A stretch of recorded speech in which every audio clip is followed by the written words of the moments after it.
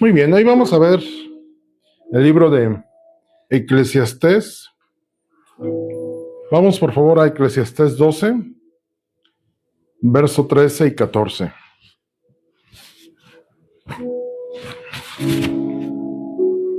Eclesiastés 12, verso 13 y 14.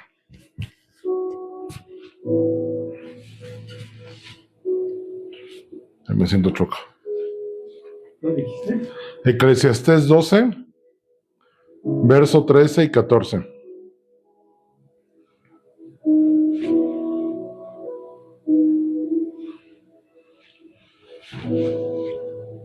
Dice la palabra: el fin de todo el discurso oído es este: teme a Dios y guarda sus mandamientos, porque esto es el todo del hombre.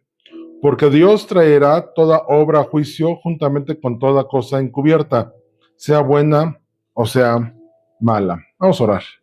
Bendito Dios, te rogamos que bendigas tu palabra, que nos des entendimiento y abras sabiduría, vierta sabiduría en este lugar y que nuestro espíritu sea perceptible a recibir.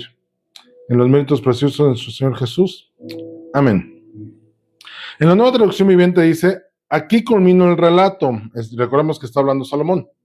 Mi conclusión final es la siguiente: teme a Dios y obedece sus mandatos, porque ese es el deber que tenemos todos.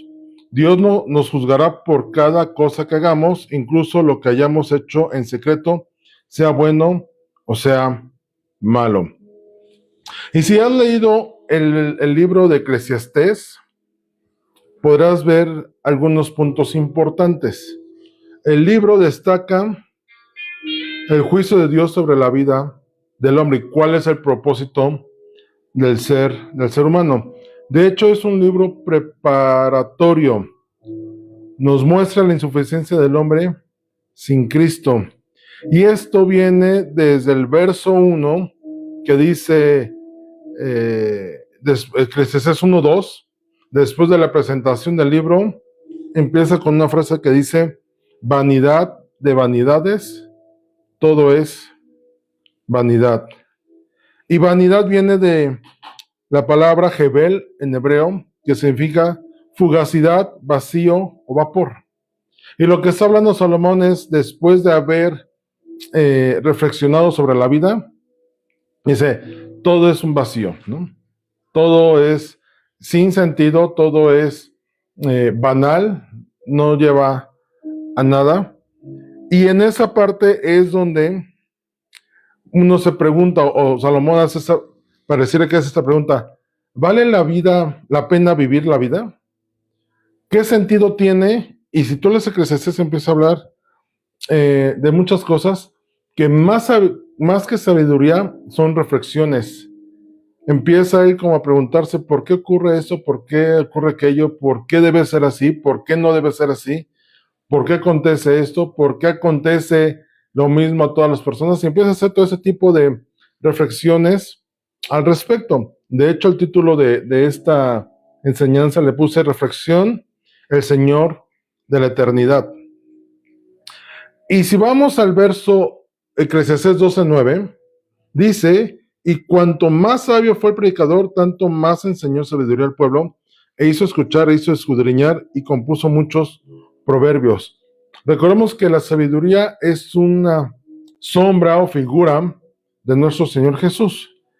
Y si tú vieras este pasaje desde la perspectiva o la visión pensando en el Señor Jesús, entenderías que el Señor Jesús, cuando vino, buscó enseñar sabiduría al pueblo y trataba de que escucharan y comprendieran y entendieran los propósitos del reino. Ahora que estamos estudiando el tema del Sermón del Monte, y que comento mucho, reitero, que es la forma de vivir dentro del reino del Padre, dentro del reino de los cielos, entenderemos esto. El Señor Jesús, si tú lees el sermón completo, te das cuenta que no vino a imponer, vino a enseñar y que la gente comprendiera el porqué de esta manera de vivir dentro del reino.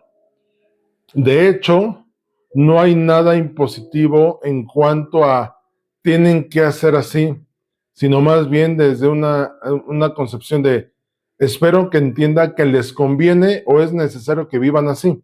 Ahorita que leíamos en Eclesiastés 12, 13, 14, el verso base que utilizamos, dice, teme a Dios y obedece sus mandatos, porque ese es el deber que tenemos todos. Y Salomón habla de, ¿quieres encontrar sentido a tu vida? ¿Quieres encontrar el porqué de tu vida? Tienes que saber que esto aplica para todos. Nadie está ajeno o nadie debería estar fuera de temer a Dios y cumplir sus mandamientos. De hecho, Eclesiastés 1:2 en la Nueva Traducción Viviente dice, nada tiene sentido, dice el maestro, ningún sentido en absoluto. ¿Cuántas veces en esta vida llevamos un comportamiento en el cual nada nos satisface, nada nos es completo, nada termina de llenar nuestro corazón? Y antes de pasar a lo siguiente, quiero decirte esto. También en Eclesiastés viene uno de los versos más conocidos quizá, que si lo entendiéramos y lo aplicáramos, creo que muchas cosas serían diferentes en nuestra vida. Es, todo tiene un tiempo, todo tiene un porqué. Y hablando de ese tiempo, en Eclesiastés 3, tú podrás ver ahí, y utiliza muchos verbos antónimos uno de otro. Tiempo de amar, tiempo de aborrecer, tiempo de guerra, tiempo de paz, tiempo de juntar piedras, tiempo de desechar piedras, tiempo de abrazar y tiempo de abstenerse de abrazar. Y así en este contexto es, no todo el tiempo podemos hacer todo al mismo tiempo, valga la expresión, valga la redundancia. No todas las ocasiones podemos hacer todo al mismo tiempo.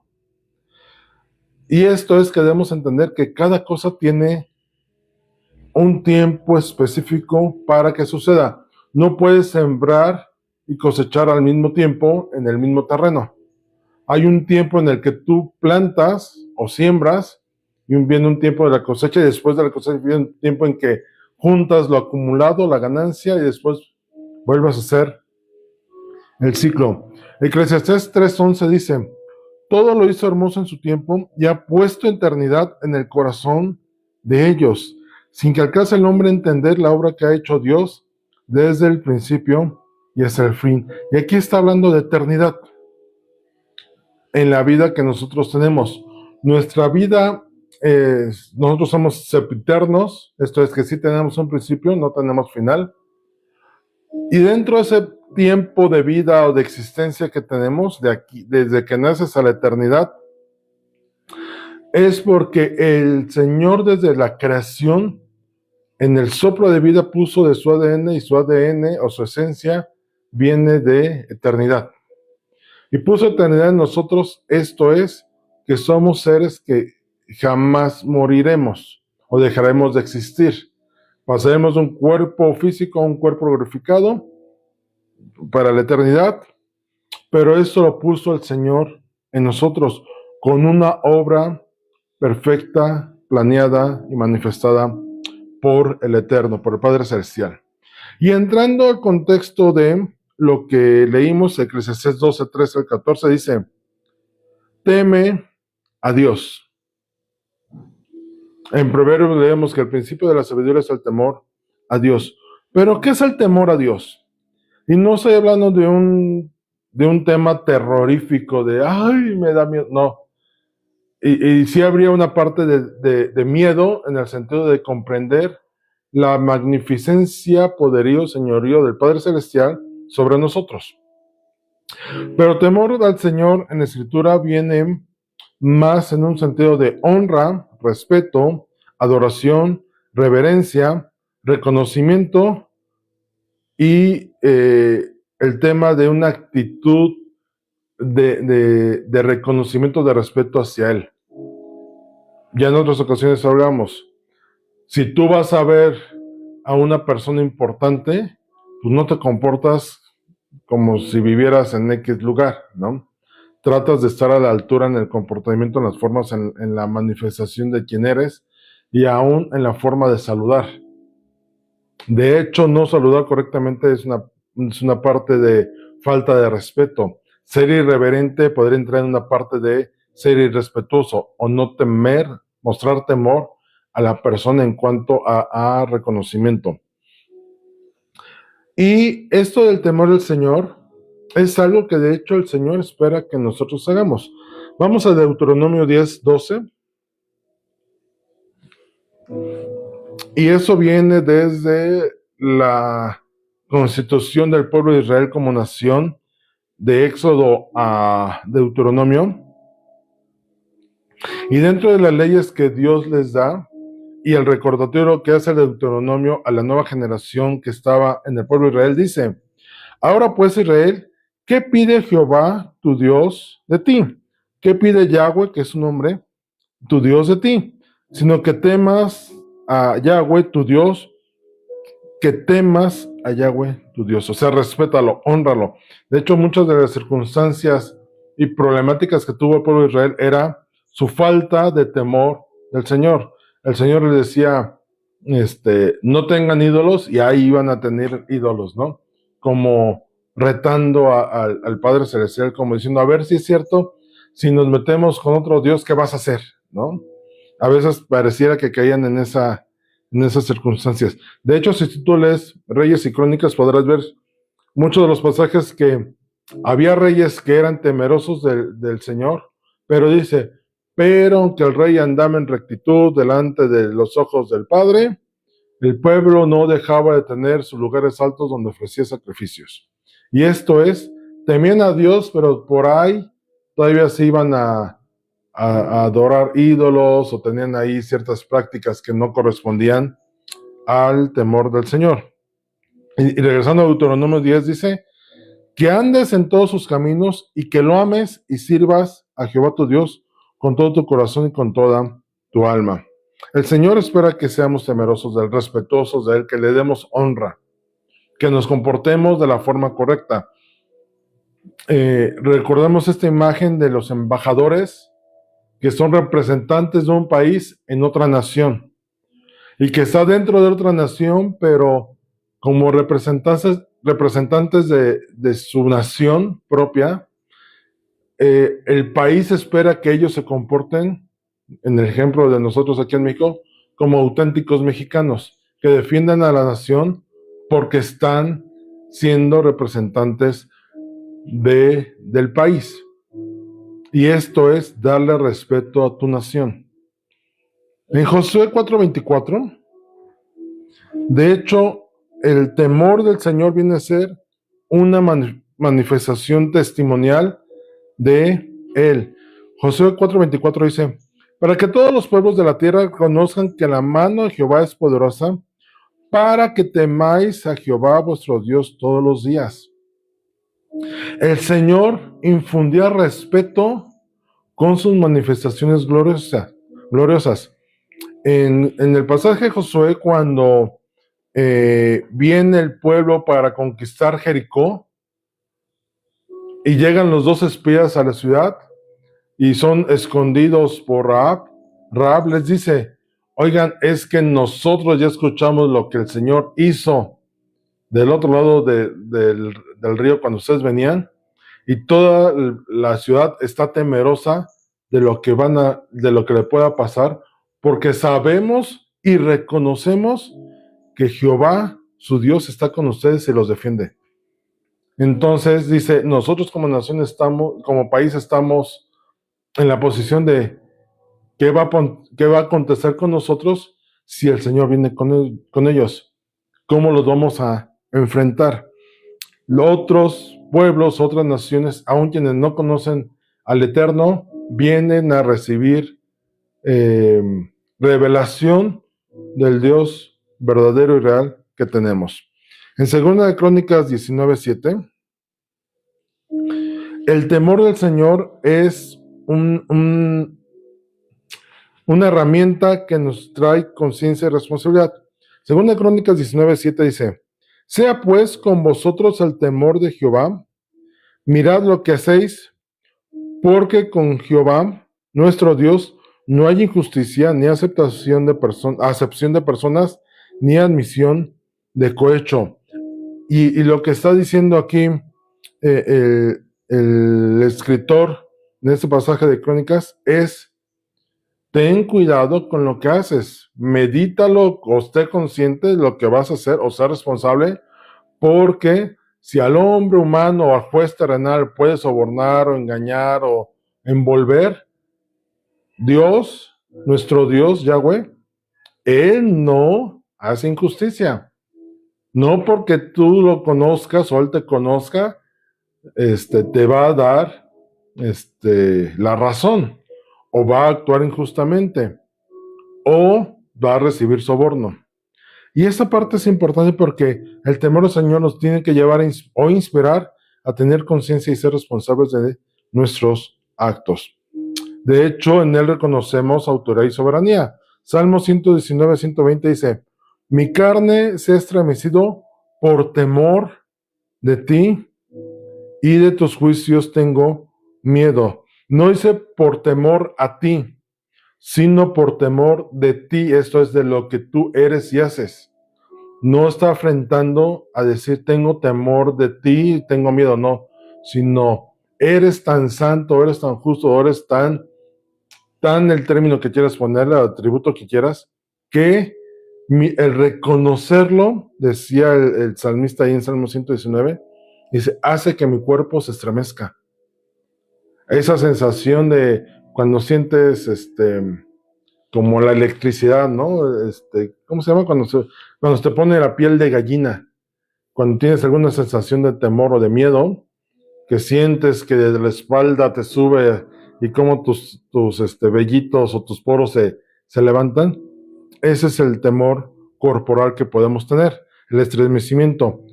Conocer y reverenciar al Padre conlleva que hasta nuestro cuerpo haga reverencia delante de Él. Proverbios 3:7 dice: no seas sabio en tu propia opinión, teme a Jehová y apártate del mal. El temor del Señor nos produce también mostrar sabiduría. Alguien que no teme al Señor, que no lo reverencia o no le honra, viene a ser como un necio, haciendo su propia voluntad, lo que él cree correcto. De hecho, recordemos que Jueces termina con una frase que más o menos dice así: y en ese tiempo cada quien hacía lo que mejor les parecía, y esto es, hacían las cosas desde su voluntad sin considerar al Padre Celestial. El temor del Señor produce en nosotros sabiduría y hace que nos apartemos del mal.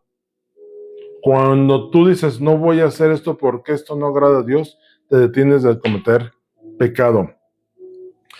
En Lucas 23:40 podemos leer que dice, respondiendo el otro, le reprendió diciendo, ¿ni aún temes tú a Dios, estando en la misma condenación? ¿Qué ocurrió en este pasaje? Estamos en la cruz del Calvario, en el momento que el Señor Jesús está siendo crucificado, con dos ladrones, y uno de ellos, ocurrentemente, yo creo que no lo meditó, no sé, pero le dice, si tú eres el Hijo de Dios, sálvate tú y sálvanos a nosotros. Una muestra de altivez, orgullo y egolatría de la persona viene a ser contraria a mostrar temor y respeto a Dios, al Padre Celestial. ¿Recuerdan lo que le dijo el otro? Que le dice, ¿no temas a Dios? Nosotros estamos aquí justamente porque hicimos algo que la consecuencia es que seamos castigados. Por él es inocente. Él no cometió pecado. Él no hizo ninguna transgresión de ley como para merecer la muerte. Y esto es lo que ocasiona el temor al Señor.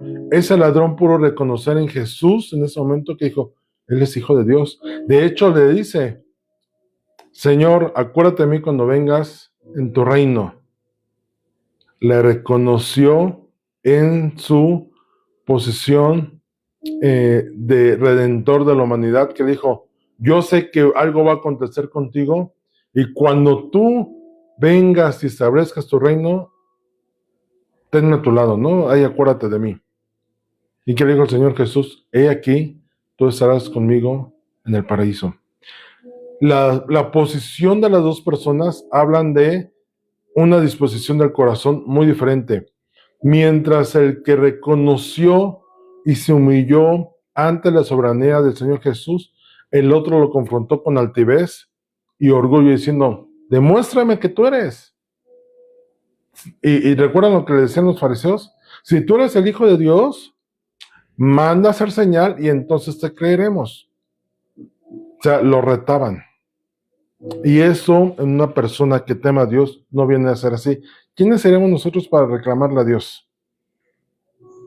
Piensa en el caso de Job. Job no discutiendo con el Eterno, pero tratando de justificar su inocencia, llegó un momento que dijo, es que yo no hice nada y ustedes no entienden, diciéndole a sus amigos, ¿no? O ustedes qué van a saber, es más, estoy esperando que Dios mismo venga y me diga por qué me hizo esto. Se puso en esa posición. Y cuando Dios le habló, Job termina diciendo, Señor, la regué, hablé de más, conozco que todo lo puedes. Y mis pensamientos están muy lejos de tus pensamientos. Creí que te conocía, pero ahora mis ojos te ven.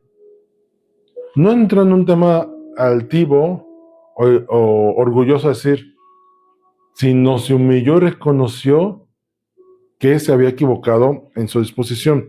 Eso es mostrar temor al Señor. De hecho, todo es por Él. Romanos 11:20 dice, bien, porque por su incredulidad fueron desgajadas, pero tú por la fe estás de pie, no te ensoberbezcas, sino teme. Tú y yo estamos hoy de pie, viviendo, existiendo y estando delante del Señor, porque creemos en Él humildemente. No podemos clamar a hacer su voluntad si no nos sometemos y reconocemos autoridad. Es como decir, que se haga lo que tú quieres, pero antes tengo que revisarlo. Eso no puede ser. Reconocer la autoridad del Señor es que es buena, agradable y perfecta y que es en nuestro beneficio. Y entonces cuando hacemos eso, hacer su voluntad no nos cuesta trabajo porque reconocemos o entendemos que es para nuestro bienestar. Él tiene el control de todas las cosas y Él se va a manifestar en ello sobre nuestras vidas. De hecho, es un principio básico en la vida. Primera de Pedro 2:17, una indicación que hace Pedro, y me llama mucho la atención que aborda cuatro áreas de nuestra vida. Dice, honra a todos, amad a los hermanos, teme al Señor y honrad al Rey. Está hablando de, si quieres verlo así, sociedad, familia, tu relación con Dios, con el Padre Celestial y tu relación con las autoridades. Honra a las autoridades, honra a todos. Recuerdan el segundo mandamiento, ama a tu prójimo como a ti mismo, entra dentro de eso. Amar a los hermanos. Jesús dijo, un nuevo mandamiento os doy, que os améis unos a otros como yo os he amado. Y esto es a los que forman parte de la familia en Cristo, nuestro Señor Jesús, a los que hemos sido convertidos o hemos sido transformados en creyentes, seguidores de Él. Son 4 áreas de nuestra vida. Hay gente que honra la ley o a las autoridades, pero está mal en su casa. Hay personas que creen estar bien con Dios, pero tienen circunstancias en su familia en las cuales Él quiere tener la razón. Hace mucho tiempo aprendí sobre un ejercicio, a mí me lo dieron en tema de ventas, pero en la búsqueda del equilibrio. Bueno, lo vi en trabajo y también lo vi en alguna ocasión en la universidad. Y es un ejercicio muy sencillo. Haces una cruz, divides también en 8 partes, como si fuera un pastel, 8 líneas. Cada línea es un área de tu vida. y nos decían, ¿cómo estás? Por ejemplo, es indiferente, ¿no? Pero ¿cómo estás en la línea de tu relación con la familia? ¿Cómo estás en la línea de tus sentimientos y emociones? ¿Cómo estás en la línea económica? ¿Cómo estás en tu vida social? ¿Cómo estás en tu vida personal, familiar? ¿Cómo estás en conocimiento de estudios? ¿Cómo estás en tu trabajo, no? ¿Cómo estás? Y así, 8 áreas diferentes. Y tú ponías una rayita, dependiendo del nivel del 1 al 10, nunca salió un círculo. Siempre parecía que salían como estrellas, ¿no? O figuras deformes. En todas las áreas tenemos que tener un equilibrio. Nadie lo puede tener perfecto, pero sí buscar que en todas las áreas tengas un buen equilibrio y aparte un buen nivel. Porque puedes tener en todo un equilibrio, pero tenerlo en un nivel 2. Entonces, hablando de esas áreas, aquí Pedro aborda 4 áreas importantes de la vida. La vida de respeto a la autoridad, tu vida familiar, tu vida social o con los prójimos y tu vida devocional con el Padre. Y con el Padre es muy claro, teme a Dios. Esto es, honrarlo, respétalo, darle adoración, manifiéstate como un auténtico creyente y seguidor de él. Y por último, en Apocalipsis 4:17 dice, diciendo a gran voz, temed a Dios y darle gloria porque la hora de su juicio ha llegado, y adorad a aquel que hizo el cielo y la tierra, el mar y las fuentes de las aguas. Y este verso si lo ves desde esta perspectiva, pudimos ver cómo desde Génesis hasta literalmente Apocalipsis, la honra a Dios, el temor al Señor, es una constante bíblica. De hecho, debe ser una constante devocional de nuestra vida. Y dice el verso, teme a Dios y dale gloria, porque la hora de su juicio ha llegado. ¿Y juicio contra quién? Contra nosotros.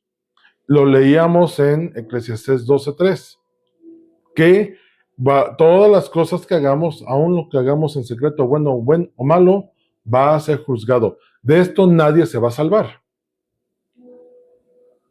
Si tú le juegas a pasarte el alto, no estás respetando u honrando los reglamentos ni a la autoridad policial. Sería lo mismo con el Padre Eterno. Si tú transgredes sus mandamientos, no le estás manifestando honra o respeto. Pasarte el alto viene a ser jugártela, ¿no? Y sientes un sentido de victoria, es decir, me pude cruzar el semáforo, o huí de la patrulla, no me pudo atrapar, no me pudo infraccionar, o me di de vuelta a la derecha y nadie se dio cuenta, o me estacioné sobre las rayas blancas de peatones y hice que el peatón, aunque se enojara, no se pasara, porque yo le gané. Entramos en esa actitud de creer que ganamos. Y la verdad es que no ganaste más que en tu propio orgullo y ego, del cual vas a rendir cuentas y vas a ser juzgado. Temer a Dios viene a dar un orden y sentido a nuestra existencia y a nuestra vida. ¿Y cómo demostramos esto? A través de lo que se le llama bíblicamente una religión verdadera. Y eso lo vamos a ver ahorita en Santiago, pero no una religión en el concepto que tenemos al día de hoy de religión en cuanto a la manipulación. La religión es una serie de dogmas y estatutos impuestos, opuestos, que demuestran una vida devocional hacia Dios. Y bajo ese contexto viene a ser lo que tú haces para manifestar tu fe. Eso sería una religión verdadera, o santa, o pura, como dice Santiago. ¿Y cuál es la manifestación de que honramos o tememos al Señor? ¿Cuál es la evidencia de esto? Que guardamos sus mandamientos, que es visible que lo hacemos. Lo que Él espera es que seamos obedientes. Nuevamente regresando a Deuteronomio 10:12, dice, que andes en todos tus caminos y lo ames, y sirvas a Jehová tu Dios con todo tu corazón y con toda tu alma. Si tú temes al Señor, hay tres cosas que se manifiestan. Andas en sus mandamientos, lo amas y le sirves. Eso viene a ser confirmado en Marcos 33, que dice, y el amarle con todo el corazón, con todo el entendimiento, con toda el alma y con todas las fuerzas, y amar al prójimo como uno mismo es más que todos los holocaustos y sacrificios. No importa cuánto pretendas hacer si no muestras obediencia. Recuerda la historia de Saúl. Saúl fue depuesto de ser rey. ¿Por qué? Porque no era que tratara él de hacer cosas buenas, sino que fuera obediente a lo que se le había indicado. Y se le indicó, destruye todo un pueblo amalecita que hace cosas abominables delante del Eterno. ¿Y qué fue lo que hizo? Ay, Samuel, es que el pueblo quiso perdonar y tomó lo mejor del ganado para sacrificarlo a tu Dios. O sea, fue por algo bueno. De hecho, agradéceme que le vamos a ofrecer algo que no nos costó. Así que bueno, bonito y barato. Y Samuel le dice, no, tú, si querías agradar a Dios, no era con ofrendas, era con obediencia. En Oseas 6:6 viene otras dos manifestaciones de que somos temerosos del Señor. Oseas 6:6. Y viene muy ligado a lo que acabamos de leer. Porque misericordia quiero y no sacrificio, y conocimiento de Dios más que holocaustos. O sea, no me vengas a dar algo externo en el cual hasta puedes caer en beatería, esto es, en buscar el reconocimiento dentro de las prácticas o actitudes devocionales que tenemos delante del Señor por ser vistos. Veme, alzo mis manos y yo sí las puedo alzar y tú no, porque tú estás en pecado y yo no. Esa es una beatería. Decía el miércoles hablando de esto, la historia de este hermano que te decía, cuando iba a ofrendar, sacaba su billete y extendiéndolo y que todos podían ver la denominación, decía, hey hermano, no he ofrendado. Eso es beatería. Hacer uso incorrecto de las demostraciones devocionales ante el Señor por ser reconocido o visto. Lo veíamos justamente en el Sermón del Monte cuando el Señor dice, si vas a orar, que nadie te escuche, ve en la intimidad. Si vas a ayunar, no demacres tu cara y andes así. Ay, ¿por qué te ves triste y cansado? Es que estoy en ayuno. Es más, ahorita, tenme paciencia porque no estoy al 100. Dice, no, báñate y límpiate y que te vean normal, porque el ayuno es tú con Dios, tú con el Padre, no con el hombre. Y aquí, en Oseas 6:6 dice, haz misericordia, no me hagas sacrificios, sé misericordioso con los demás y adquiere conocimiento de mí como Señor, como el Padre eterno. Eso es más que me hagas sacrificios. Vamos a Miqueas 6:8, ahí adelante.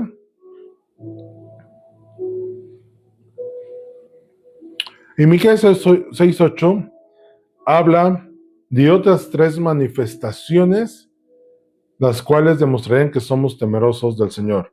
Dice Miqueas 6:8, oh hombre, Él te declaró lo que es bueno, ¿y qué pide Yahweh de ti? Solamente, o sea, no quiero nada más, solamente hacer justicia, compórtate rectamente, haz lo que es correcto, da a cada quien lo que se debe hacer, amar justicia, misericordia, y esto es, no nomás hagas misericordia, busca hacerlo de continuo. Sé, ay, se me fue la palabra, con la actitud de hacerlo, ¿no? Sé consciente de hacerlo. Y dice, y humíllate ante tu Dios. Y esto es reconocer su soberanía y su señorío sobre nuestras vidas. Romanos 13:10. El amor no hace mal al prójimo, así que el cumplimiento de la ley es el amor. Primera de Juan dice, el que no ama no ha conocido a Dios porque Dios es amor. Tú no puedes decirte creyente o seguidor o que quieres agradar al Padre Celestial, a Yahweh, reconocer al Señor Jesús si no muestras amor. Es incongruente y es literalmente incomprensible que hables de un Dios de amor, que manifiesta amor y tú no vivas de esa manera. Y por último en Santiago 1:27 dice, la religión pura y sin mácula delante de Dios el Padre es esta. Y fíjate algo que debemos de entender. No es que la religión sea algo que esté en contra de Dios, sino dice, la que agrada, esto es, vuelvo al punto, las manifestaciones que tú hagas devocionales delante del Señor, que son agradables delante de Él, son estas, dice, visitar a los huérfanos y a las viudas en sus tribulaciones y guardarse sin mancha del mundo. O sea, no peques, literalmente, ni te enredes en esta vida. Y recuerda lo que dice Salmo 1:1. Bienaventurado el varón que no anduvo en consejo de malos, ni estuvo con pecadores, ni en silla de escarnecedores se ha sentado. Viene a hacer esto, guardarse sin mancha del mundo. Y aquí Santiago lo que indica es, ¿quieres demostrar que temes al Señor? Muestra empatía y sensibilidad con las personas que lo meritan. El huérfano, la viuda y el necesitado. Y esas son las manifestaciones que tenemos cuando tememos al Señor. Porque de hecho, ¿qué es lo que ocurre? Volviendo a Eclesiastés 12, 13, 14 dice, teme al Señor y guarda sus mandamientos, porque esto es todo del hombre. Porque Dios traerá toda obra a juicio, y esto es todo pecado, el descubrimiento de pecado. Toda obra será juzgada, sea buena o sea mala. Recuerda que en los tiempos escatológicos va a haber 2 eventos de manifestación de justicia. Uno es el tribunal de Cristo, guardado para todos los que somos salvos, en el cual recibiremos coronas y diademas en las riquezas que ya hemos hecho para el reino, y otro va a ser el juicio del gran trono blanco, en el cual todos van a ser juzgados de acuerdo a sus obras. Y recuerda que ahí es ahí donde, oye, pero es que tú dijiste, es que tú hablaste, es que tú manifestaste esto, tú hiciste esto en secreto, tú pensaste esto, etcétera, etcétera. De todas las cosas vamos a ser juzgados. Números 32:23 dice, mas si así no lo hacéis, he aquí habréis pecado ante el Señor, ante Yahweh, y sabed que vuestro pecado os alcanzará. Y esto de os alcanzará significa que llevará la consecuencia al respecto. Tarde o temprano saldrá a la luz el motivo, la razón o la acción que hayas hecho desagradable delante del Señor, incorrecta delante del Señor. Jonás, fíjate, Jonás 1:7. Y dijeron cada uno a su compañero, venid y echemos suertes para que sepamos por causa de quién nos ha venido este mal. Y echaron suertes y la suerte cayó sobre Jonás. ¿Qué ocurrió aquí? Recuerda que el Señor le mandó a Jonás que fuera a predicar a Nínive. Y Jonás hizo todo lo contrario. En lugar de irse a Nínive, se fue hacia Tarsis a tomar un barco. Quién sabe dónde quería llegar, pero ya estaba en el Mediterráneo. Y vino una tormenta en el cual, imagínate, iban en el mar, iban tranquilos y de repente se soltó una tormenta, vientos huracanados, el barco hizo sentir que se hundía y toda la tripulación dijo, no, esto no es normal, aquí hay algo raro, aquí hay algo que no cuadra. Íbamos bien y de repente empezó esto. Y dice que echaron suertes y la suerte cayó sobre Jonás. Y le dijeron, no le preguntaron, oye, ¿por qué tú crees que ocurrió esto? Le dijeron, Jonás, ¿qué hiciste? ¿Qué nos ha sobrevenido esto? Y él les dijo, yo soy el culpable. Yo reconozco que el Señor me mandó hacia un lado y hice lo contrario, y ese es el trato de Dios conmigo, diciéndome, no te escapas de mí, no te puedes burlar de mí. ¿Ah? No puedes salirte con la tuya y manifestar que no me respetas o no me honras, que no tienes temor de mí. ¿Y qué dijo Jonás? Échenme al mar y se calmará todo esto. Y los hombres dudaron, pero dijeron, pues sí, pues echémoslo. Y dice el escritor que cuando fue echado al mar, en ese momento vino la calma. Y un gran pez vino y se tragó a Jonás. Nosotros no podemos ocultar lo que va a ser evidente. Nuestras acciones van a ser descubiertas y juzgadas. De hecho, Lucas 12:2 dice, porque nada hay encubierto, que no haya de descubrirse, ni oculto, que no haya de saberse. Todo sale a la luz. Yo no sé qué edad tengas de vida, pero entre más años de edad tengas, más podemos confirmar y dar testimonio de esto. No hay cosa que no se descubra. No hay cosa que tarde o temprano no salga a la luz. Las motivaciones, las razones, cómo fue hecho, para qué fue hecho, o lo que no se sabía, se descubre. Y hay muchos casos que a lo mejor hemos visto no solamente en noticias, sino en nuestra vida presencial. Hay cosas que no son evidentes y salen de la intención del corazón. 1 Corintios 4:5 dice, así que no juzguéis nada antes de tiempo, hasta que venga el Señor, el cual aclarará también lo oculto de las tinieblas y manifestará las intenciones de los corazones. Entonces cada uno recibirá su alabanza de Dios. Y aquí está diciendo, no supongan, no hablen antes de conocer.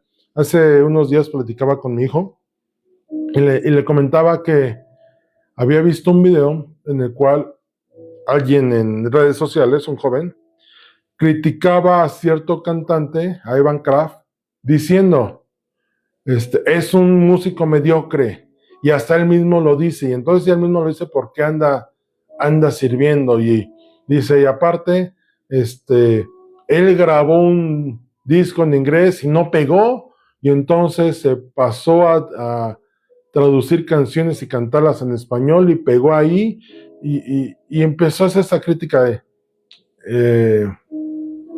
y me llamó mucho la atención y le decía a mi hijo, me atreví a comentar, comúnmente no lo hago, luego por eso sí lo vi extremadamente incorrecto. De hecho, yo llego a comentar únicamente en redes sociales cuando veo cosas que sí son peligrosas no aclarar, ¿no? Y yo le decía en mi comentario a este muchacho, le decía, ¿estás juzgando? Bueno, le preguntaba, aclárame, ¿estás juzgando a Evan Kraft desde un punto de vista humano o del mundo o desde un punto de vista espiritual? Porque si lo hace desde la vista del mundo, es incorrecto verlo de esa manera porque está haciendo un servicio a la obra Evan Kraft, ¿no? Pero si lo haces, si me dices que es desde lo espiritual, entonces estás juzgando carnalmente, porque lo espiritual te juzga de lo espiritual. No puedes tú juzgarlo de sus intenciones humanas cuando él está haciendo algo en un servicio espiritual. Después, sobre ese comentario le decía, ahora, yo espero que tú seas músico para que entonces me quede claro que estás juzgando de una técnica musical. Pero si es así, actualmente estás sirviendo, porque si no lo estás haciendo sirviendo, tu comentario viene a ser crítica. No juzgar correctamente espiritualmente, sino crítica humana y carnal. El tercer punto que yo comentaba es ¿cuál era la intención final? Y yo le decía esto, estás hablando o señalando cosas que no te constan. Hablas desde tu suposición. No conoces a Evan Kraft, No, seguramente no conoces a nadie de sus cercanos que te pueden decir, ah, sí, fíjate que sacó un disco en inglés y como no pegó, dijo, no, voy a pensar, quiero hacer dinero, entonces lo voy a sacar en español. Dime quién te lo dijo. O sea, ¿te consta que este fue su pensamiento, su actuar o su pensar? Seguramente no. Lo estás sacando desde tu suposición. Y es lo que aquí está diciendo Pablo a la iglesia de Corinto. No juzguen nada antes de tiempo, si no conocen el contexto. Dejen que eso sea juzgado por el Señor cuando Él venga. Y todo lo que haya sido hecho en lo oscuro será descubierto a la intención del corazón. Y ahí sabremos, por ejemplo, este caso de Bancroft, si realmente cambió de un disco que supuestamente en inglés no pegó a un disco en español para pegar, ¿no? Para tener aceptación en el público cristiano, mal dicho, ¿no?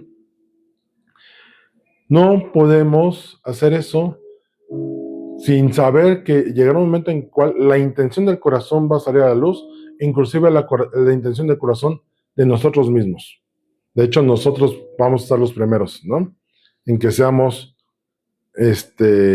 exhibidos. Imagínate que estés entre el juicio y te digan, oye, voy a poner mi nombre, oye Arturo, tú dijiste esto de fulanito, y que yo trate de justificándome diciéndome, ah, no señor, pero es que yo hice ese comentario porque tenía que proteger al pueblo de ser engañados por él.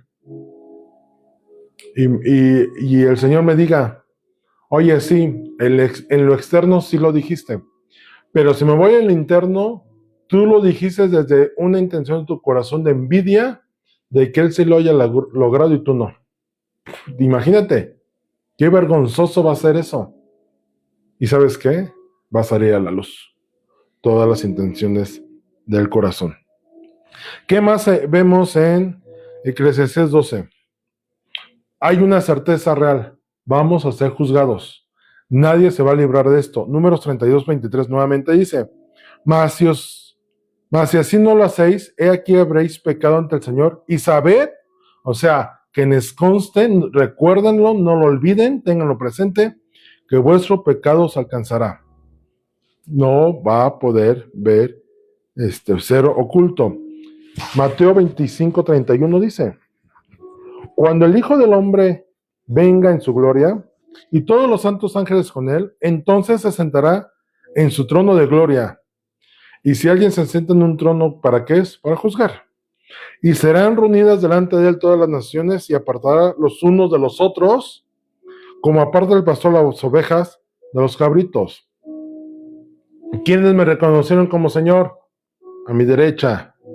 Bueno, para acá. ¿Quiénes no? Ah, pues a mi izquierda, ¿no? Estos a salvación y estos a juicio para perdición. Dice, y pondrá las ovejas a su derecha y los cabritos a su izquierda. Todos vamos a ser juzgados. Y esa es una certeza real que no cambia. Y entendiendo entonces este entorno en el cual Salomón cierra el libro de Eclesiastés diciendo, esta es mi conclusión después de haber reflexionado en todas las cosas. Y de hecho, ¿qué es reflexión? Reflexión es un proceso mental en el cual tú reconsideras lo que fue dicho y lo analizas, dices, ¿cuántas veces nos ha ocurrido que hacemos algo y alguien nos dice, oye, le pudiste haber dicho eso mismo, pero de forma diferente y no ser tan hiriente y agresivo? Y reflexionarlo es que tú te voltees en ti mismo y digas, oye, no había considerado eso, oye, sí, a lo mejor, sí, creo que me excedí, no, creo que se pudo haber dicho de otra manera. De hecho, cuando la escritura dice consideraré tus caminos, es reflexionar, es sobre alguna acción ya hecha, tú lo vuelves a procesar en tu mente, en tu razonamiento dices, sí, eso lo hacemos mucho inconscientemente, ¿no? ¿Qué sucede cuando vas manejando y llegas a una parte en la cual era a la izquierda y tomas a la derecha y te dijeron, no, a la derecha no porque hay tráfico. Por la izquierda hay menos tráfico. Dices, no, a la derecha. Llegas 15 minutos tarde a tu destino y ya que llegaste reflexionas y dices, híjole, es que a lo mejor sí debía haber agarrado por la izquierda, creo que hubiera llegado más rápido. Eso es reflexionar. No es lo mismo que meditar. Meditar es poner todos tus pensamientos en orden y reflexionar sobre cada uno de ellos de acuerdo, la forma correcta es de acuerdo a la ley y a la voluntad del Padre. Todo vamos a ser juzgados. Recordemos esto, el libro de Eclesiastés termina en esto, una reflexión profunda de Salomón respecto a la vida. No hay sentido en esta vida. De hecho, en el Señor Jesús, si tú lees Eclesiastés no vas a encontrar una sombra o figura. De hecho, sería incorrecto decir que es un libro profético mesiánico en cuanto a que habla del Mesías. No forma externa o manifiesta, sino Jesús o Yeshua viene a ser la respuesta a las preguntas planteadas en Eclesiastés, que Salomón no le da respuesta y viene la respuesta a ser en Jesús. Y con eso vamos a cerrar. Mira, son 1, 2, 3, 5 preguntas centrales dentro de Eclesiastés. El sentido de la vida. Eclesiastés destaca que la búsqueda humana de felicidad y propósito en las cosas del mundo es inútil, esto es vanidad. Si tú buscas tu razón de ser en cosas materiales, en darle placer a tu cuerpo, o en adquirir demasiado conocimiento, es inútil. Y eso viene de Eclesiastés 1:2. Vanidad de vanidades, dijo el predicador, vanidad de vanidades, todo es vanidad. ¿Qué dice el Señor Jesús en Juan 10:10? El ladrón no viene sino para hurtar, matar y destruir. Yo he venido para que tengan vida y para que la tengan en abundancia. Si la razón de tu vida no la encuentras en las cosas materiales, es porque en las cosas placenteras o el darle gusto a tus deseos, es porque está vacío, es sin sentido. Tu propósito de vida está en el Señor Jesús. De hecho,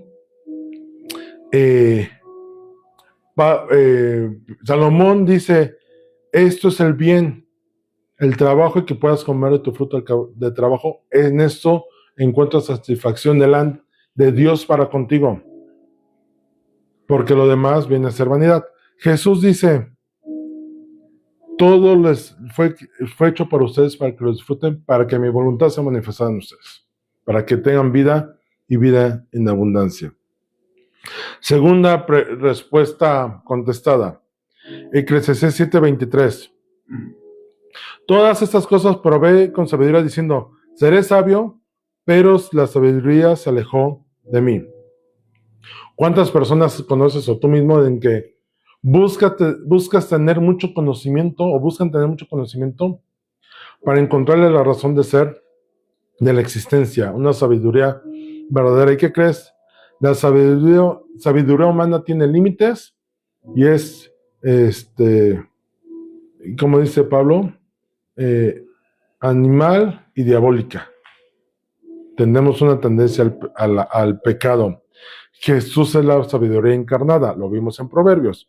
1 Corintios 1:24 dice, mas para los llamados, así judíos como griegos, Cristo poder de Dios y sabiduría de Dios. Y Cristo fue entregado a nosotros para salvación, bueno, por la humanidad para salvación y que adquiramos su sabiduría. La sabiduría verdadera está en él. Justicia y juicio. Eclesiastés 3:16 y 17 dice, vi más debajo del sol, o sea, en la vida cotidiana, en el diario vivir, es lo que se está refiriendo Salomón. En lugar del juicio, hallé impunidad, y en lugar de justicia, hallé iniquidad. Y dije yo en mi corazón, al justo y al impío juzgará Dios, porque allí hay un tiempo para todo lo que se quiere y para todo lo que se hace. ¿Qué es lo que ocurre en el mundo?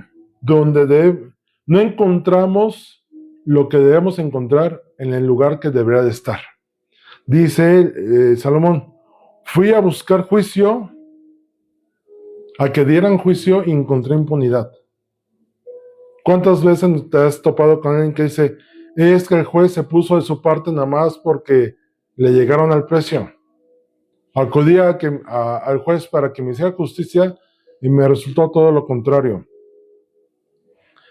Juan 5:22 dice, porque el Padre a nadie juzga, sino todo el juicio dio al Hijo.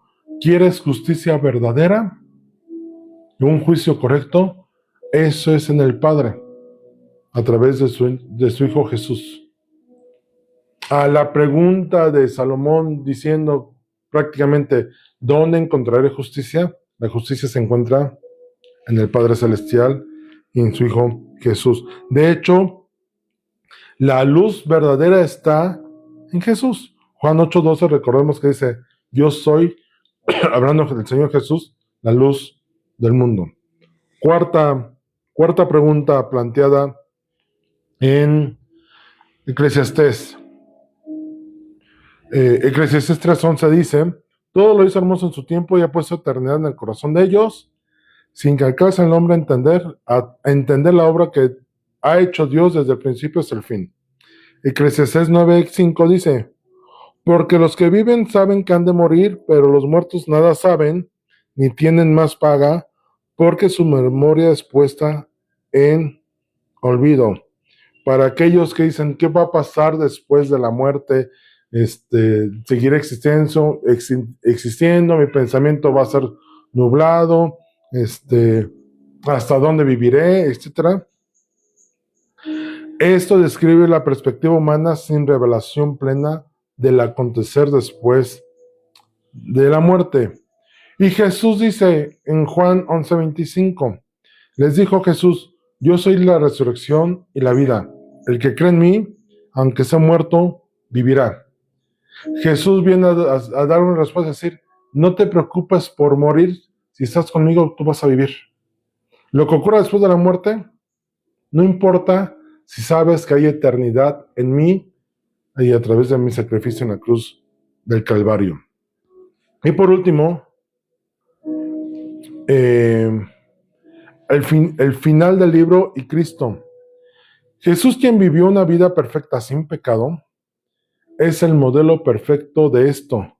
A través de él, los creyentes pueden obedecer y encontrar el propósito final. Dice Eclesiastés 12:13, al principio que iniciamos. El fin de todo el discurso oído es este. Mi conclusión final es, teme a Dios y guarda sus mandamientos, porque eso es lo que debe hacer el hombre. Porque Dios traerá obra y juicio juntamente con todas las cosas encubiertas, sea buena o mala. Jesús dice, si me amáis, guardad mis mandamientos. ¿Quieres honrar al Padre?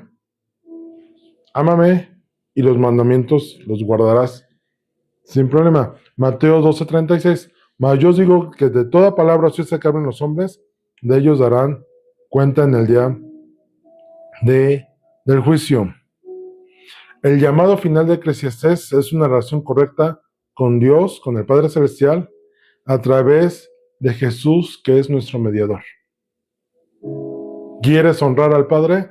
Conoce al Hijo, reconoce la obra del Señor Jesús.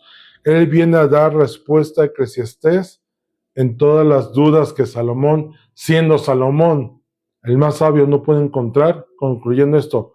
Toda esta banalidad tiene sentido si Dios, el Padre Celestial, está de por medio. 1 Timoteo 2:5, para terminar. Porque hay un solo mediador, hay un solo Dios y un solo mediador entre Dios y los hombres, Jesucristo, hombre. ¿Quieres encontrar sentido a tu vida? ¿Quieres tener eternidad? ¿Quieres tener una vida en la cual el poder reflexionar en Él te lleve a conocer al Señor de la eternidad? Tienes que conocer a Jesús, su Hijo. Honra a Dios, honra al Padre, respétalo, dale adoración. Vive una vida que le agrade. Finalmente, todo lo que hagamos va a salir a la luz. Literalmente todos nuestros trapitos al sol.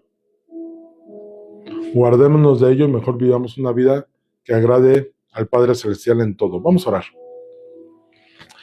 Bendito Dios y Padre Celestial, te damos gracias porque tú eres bueno para con nosotros. Gracias, Señor, porque a toda pregunta humana, limitada por el razonamiento humano, limitada por el raciocinio, la respuesta está en ti, Señor Jesús. El sentido y el propósito de la vida, el encontrar justicia, el hacer las cosas correctamente, el que todo va a ser hallado, descubierto, Señor, está en ti.